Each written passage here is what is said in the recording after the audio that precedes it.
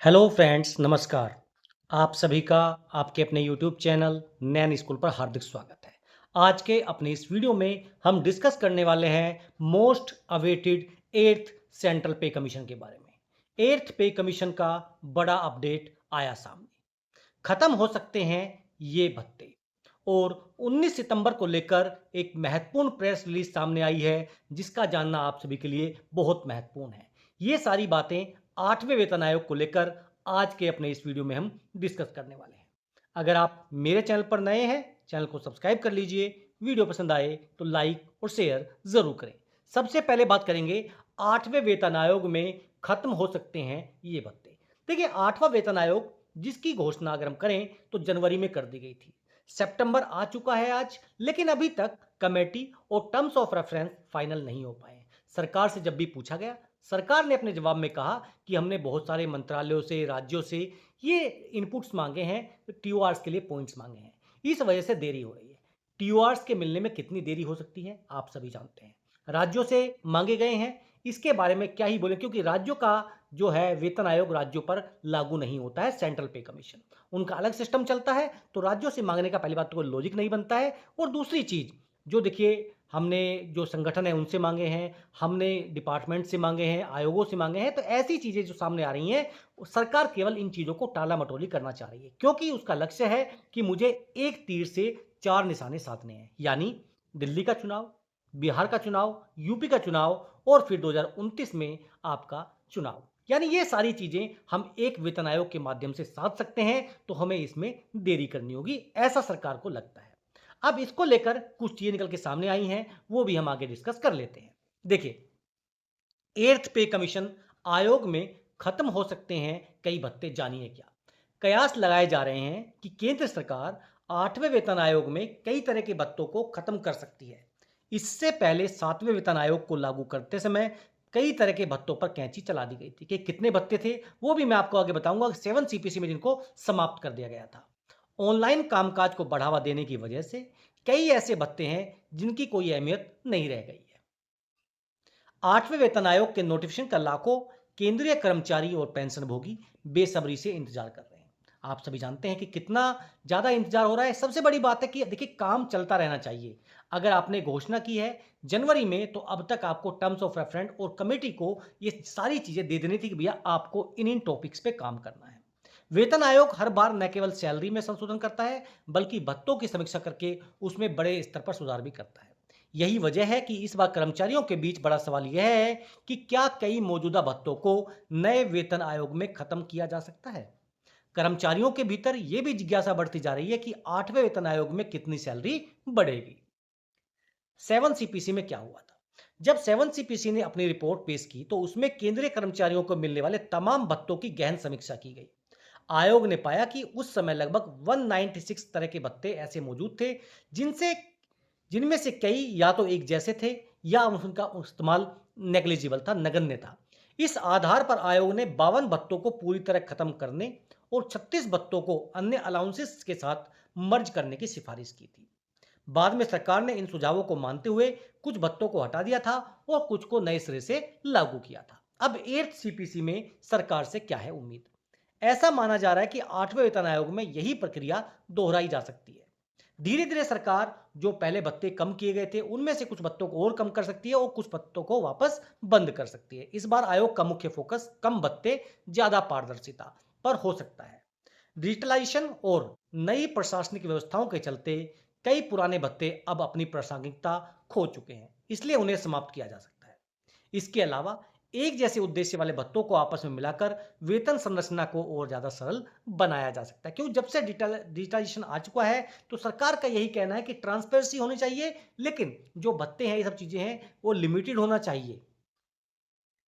मान्यता है कि इस बार सरकार का जोर बेसिक सैलरी और महंगाई भत्ते को मजबूत करने पर होगा, जबकि छोटे छोटे अलाउंसेस को हटाया जा सकता है। अब सबसे बड़ी बात यह आती है कि भैया किन भत्तों पर असर पड़ सकता है।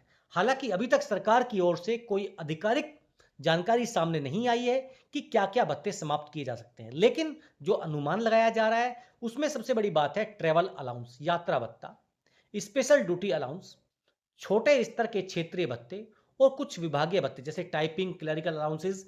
उन सब पर रोक लगाई जा सकती है। सरकार का लक्ष्य वेतन संरचना को तार्किक और सरल बनाना है। अब इसका कर्मचारियों पर क्या असर पड़ेगा? भत्तों की संख्या कम होने का मतलब यह बिल्कुल नहीं है कि कर्मचारियों की कुल आमदनी पर सीधा असर पड़ेगा। दरअसल सरकार आमतौर पर एक संतुलन बनाती है, यानी जिन भत्तों को हटाया जाता है उनकी भरपाई बेसिक सैलरी या डीए में बढ़ोतरी के जरिए कर दी जाती है। इससे पेंशन पर भी सकारात्मक असर पड़ता है, क्योंकि पेंशन की गणना बेसिक पे और डीए के आधार पर होती है, न कि अलग अलग भत्तों के आधार पर। क्योंकि जब आपकी पेंशन डिसाइड होता है तो उसमें सबसे बड़ा रोल होता है आपकी पेमेंट का, और जो उस टाइम डीए चल रहा होता है, क्योंकि डीए जो है डीआर के रूप में पेंशनर को भी दिया जाता है। एट्थ पे कमीशन पर क्या है ताजा अपडेट? केंद्र सरकार ने अभी तक इसकी कोई आधिकारिक सूचना नोटिफिकेशन जारी नहीं की है। न ही आयोग के सदस्यों की नियुक्ति या अध्यक्ष की नियुक्ति हो पाई है, और न ही आयोग के कार्यक्षेत्र टर्म्स ऑफ रेफरेंस क्या है उसके बारे में कोई सूचना अभी तक प्राप्त हुई है। सरकार से संसद में कई बार सवाल पूछा गया, लोकसभा में भी, राज्यसभा में भी। सरकार ने अपना पल्ला झाड़ा। उन्होंने कहा कि हमने देखिए टर्म्स ऑफ रेफरेंस के लिए विभिन्न आयोगों को, विभिन्न संगठनों को और राज्यों को बोला है कि भाई आप टर्म्स ऑफ रेफरेंस दीजिए।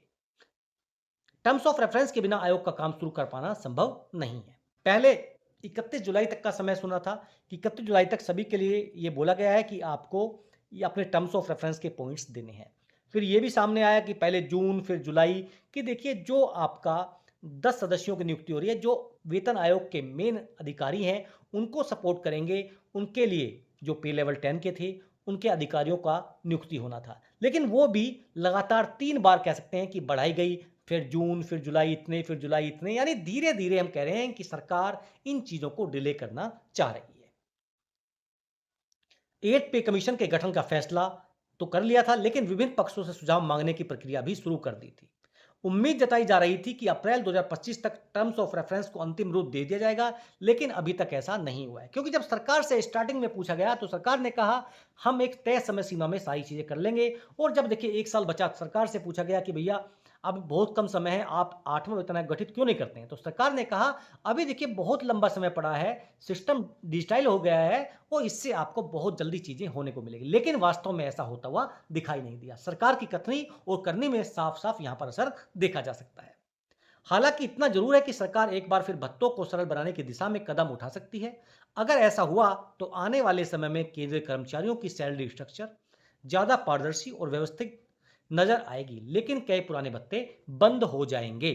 अब देखिए एक प्रेस रिलीज है जो आपके सामने लेके आया हूं, अगस्त 28 की है। ये ऑल इंडिया रेलवेज जो है ये फेडरेशन, उनकी तरफ से है।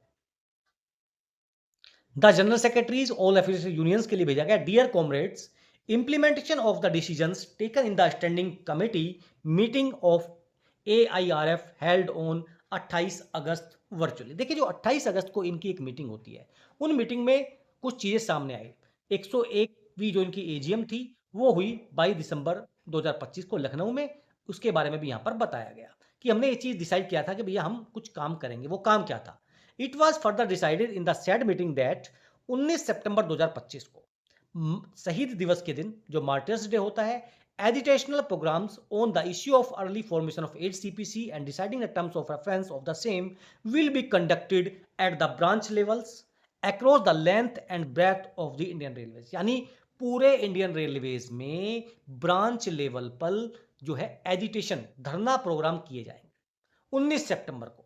इश्यू क्या है कि 8वें वेतन आयोग को डिसाइड कीजिए, और टर्म्स ऑफ रेफरेंस का जो भी है जल्दी से आप इसको कीजिए, अर्ली फॉर्मेशन कीजिए। All the affiliated unions of AIRF are requested to take appropriate actions to implement the above mentioned decisions taken in the standing committee meeting of AIRF। सिर्फ गोपाल मिश्रा जी के इसमें साइन है, और यहाँ पर बोला गया है कि सभी को कि भैया आप सभी अपनी तैयारी पूरी कर ले। 19 सितंबर को सरकार पर दबाव बनाएंगे धरना प्रदर्शन के माध्यम से 8वें वेतन आयोग के गठन और टर्म्स ऑफ रेफरेंस के अर्ली फॉर्मेशन को लेकर। तो देखिए 8वें वेतन आयोग से लेकर जो 2 महत्वपूर्ण जानकारी निकल के सामने आई थी, वो दोनों ही इस वीडियो के माध्यम से आपको मैंने प्रस्तुत की है।